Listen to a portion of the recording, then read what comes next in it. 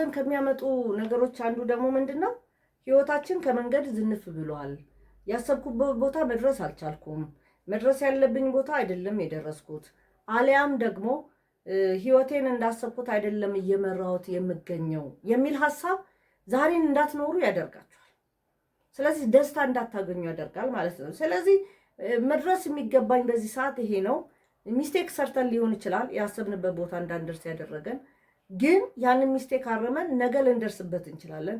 ለዛሬ ግን ደስታችንን እንዳይነጥቀን ምን ማለት መቻል አለብን? ሁሉ ነገር ያለምንም መዛነፍ እንደሚከናወን ማመን መቻል አለብን ማለት ነው። ይስተካከላል ብለን ልናምን ይገባል ማለት ነው። ስለዚህ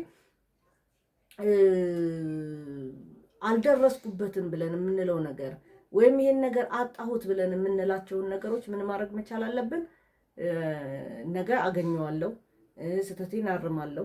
ስለዚህ ዛሬን ደስታዬ ደግሞ በትላንት በማጣቴ በነገ ባለማግኘት ዛሬ ባለማግኘቴ ደግሞ ደስታዬን ላጣበት አይገባም ብለን በጣም ደስተኛ መሆን መቻል አለብን ማለት ነው።